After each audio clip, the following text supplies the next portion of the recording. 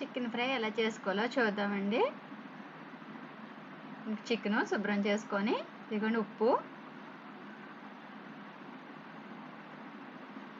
కొద్దిగా పసుపు,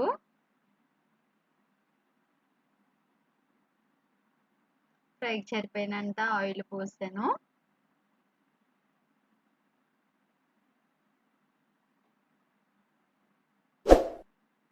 గ్యాస్ వెలిగించుకొని ఇదిగోండి మూత పెట్టేసుకుందాం. ఇదిగోండి చికెన్ ఫ్రై మొత్తం వాటర్ అంతా దగ్గర పడింది. ఇప్పుడు మసాలా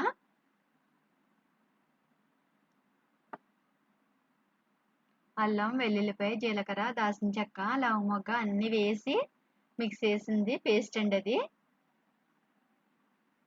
మళ్ళీ ఒకసారి మూత తీసి చూసుకుందాం. మసాలా వేసిన 2 నిమిషాలు మళ్ళీ ఉడకనిచ్చాము, వేగనిచ్చాము. అలాగా ఇదిగోండి గరం మసాలా, చికెన్ మసాలా వేసాము.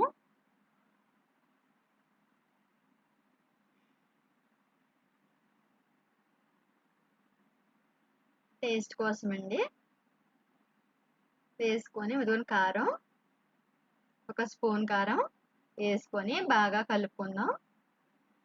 ఇదిగోండి బాగా కలిసింది. కలిసిన తర్వాత ఇదిగోండి కొత్తిమీర, కరివేపాకు తరుక్కున్నాము, సన్నగా తరుక్కుని అది వేసుకొని కలిపేసుకున్నాం. మళ్ళీ వేసాము, మళ్ళీ ఇంకొకప్పుడు వేసుకొని బాగా కలిపేసుకుని చికెన్ ఫ్రై రెడీ.